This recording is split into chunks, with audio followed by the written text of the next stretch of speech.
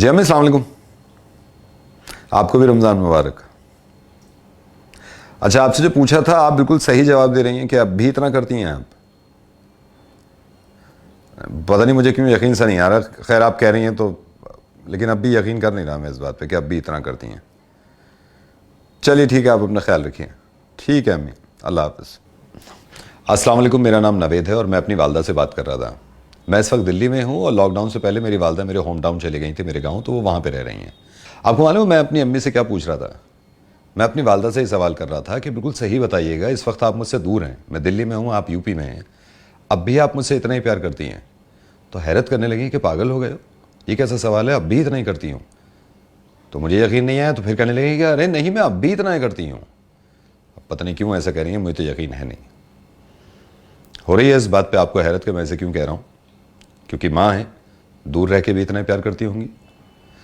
اب ذرا اس بات کو سوچئے کہ مجبوری کی وجہ سے اگر ہم گھروں پہ تراویحاں ادا کر رہے ہیں اور گھروں پہ نمازیں ادا کر رہے ہیں تو ایسا کیسے ہو سکتا ہے کہ اللہ ہم سے محبت کرنا کم کر دے یا ہماری نمازوں کو قبول نہ کرے، جبکہ ماں سے 70 گنا زیادہ محبت کرتا ہے اللہ اپنے بندے سے.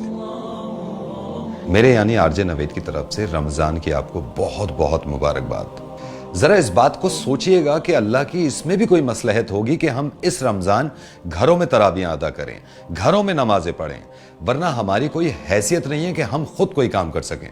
اب بھی اس بات کا شکر کریے گا اللہ کا کہ ہم اس لائق ہیں کہ گھروں پہ تراویحاں ادا کر سکیں، گھروں پہ نمازیں پڑھ سکیں، گھروں پہ قرآن کی تلاوت کر سکیں اور زیادہ سے زیادہ وقت اپنوں کو دے سکیں. ورنہ یہ بھی ممکن تھا کہ ہم اتنے بیمار ہو جاتے کہ ہمیں ہوش نہ رہتا کہ کب میں رمضان نکل گئے اور کب میں تراویحاں نکل گئیں. یہ ہم سب جانتے ہیں کہ نیت پہ دار و مدار ہے سب کا، اور اللہ سب کی نیت جانتا ہے. اگر مجبوری کی وجہ سے ہم گھروں میں تراویحاں ادا کر رہے ہیں تو اللہ تعالیٰ ایسے ہی قبول کرے گا جیسے ہمیشہ اللہ نے قبول کری ہے. دیکھیں مجھے دینی معلومات زیادہ نہیں ہیں، لیکن میں یہ جانتا ہوں کہ مومن کی پہچان یہ بھی ہے کہ وہ اپنی صحت کا نقصان نہ کرے، اپنے جسم کا نقصان نہ کرے اور اپنے ساتھ ساتھ دوسروں کو کوئی نقصان نہ پہنچائے. لیکن آپ سے درخواست صرف یہ کرنی ہے کہ کسی بھی غیر ضروری کام سے گھر سے باہر نہ جائیں، اور جو ضروری کام بھی ہے تو ماسک لگا کر یا چہرے کو ڈھک کر جائیں. رمضان کا مطلب یہ بھی ہے کہ ہمیں اپنی نفس پہ کنٹرول کرنا ہے. تو یہ سمجھ لیجئے کہ یہ بھی نفس پہ قابو کرنا ہے کہ ہم بے وجہ گھر سے باہر نہ نکلیں. ایک درخواست آپ سے اور ہے، دلی پولیس یا کسی بھی اسٹیٹ کی پولیس کہ جو بھی انسٹرکشنز ہیں پلیز اس کو فالو کریے.